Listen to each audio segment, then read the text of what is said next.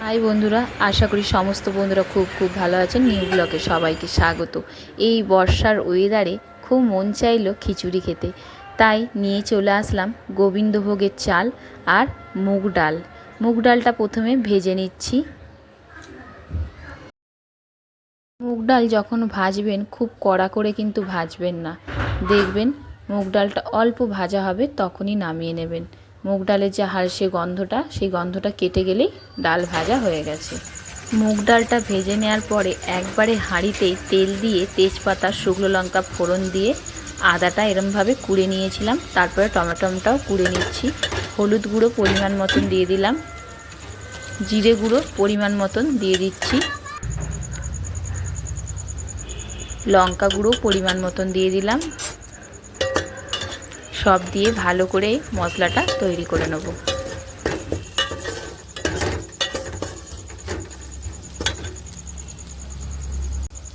মশলাটা তৈরি হয়ে গেছে, দেখতেই পাচ্ছেন তেল ছেড়ে দিয়েছি মশলা থেকে। তখন দিয়ে দিলাম চাল, আর চালটা আমি একবারই ধুয়েছি। গোবিন্দভোগের চাল বারবার ধুলে সুগন্ধটা চলে যাবে। তারপরে মুগ ডালটা যে ভেজেছিলাম ধুয়ে নিয়েছি, সেটাও দিয়ে দিলাম।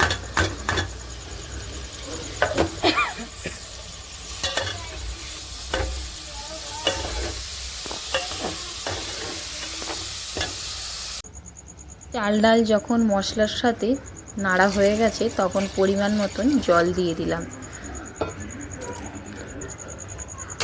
দেখুন এবারে 60% হয়ে গেছে, আর 40% বাকি আছে। তখন পরিমাণ মতন নুন দিয়ে দিলাম,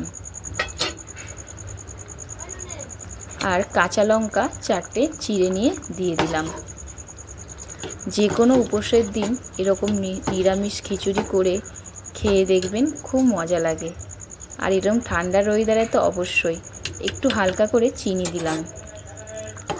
মিষ্টি মিষ্টি ঝাল ঝাল খেতে খুব ভালো লাগে।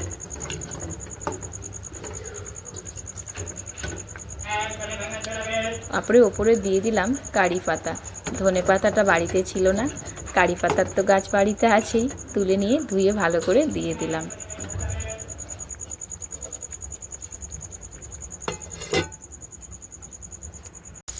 খিচুড়ি দিয়ে খাওয়ার জন্য জিরে জিরে করে আলু কেটে ভেজে নিচ্ছি। তার উপরে দিয়ে দিলাম 1 চামচ পোস্ত। পোস্ত দিয়ে আলু ভাজা খেতে দারুণ লাগে। যখন আলু ভাজাটা হয়ে আসবে, নামানোর আগে পোস্তটা দিয়ে দিতে হবে।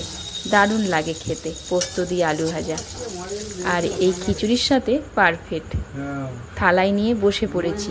ভিডিওটা কেমন লেগেছে অবশ্যই কমেন্টে জানাবেন। পুরো ভিডিওটা দেখার জন্য অসংখ্য ধন্যবাদ। পরের ব্লগে দেখা হবে। সুস্থ থাকবেন, সবল থাকবেন। ভিডিওটা ভালো লেগে থাকলে লাইক, কমেন্ট, শেয়ার করতে ভুলবেন না।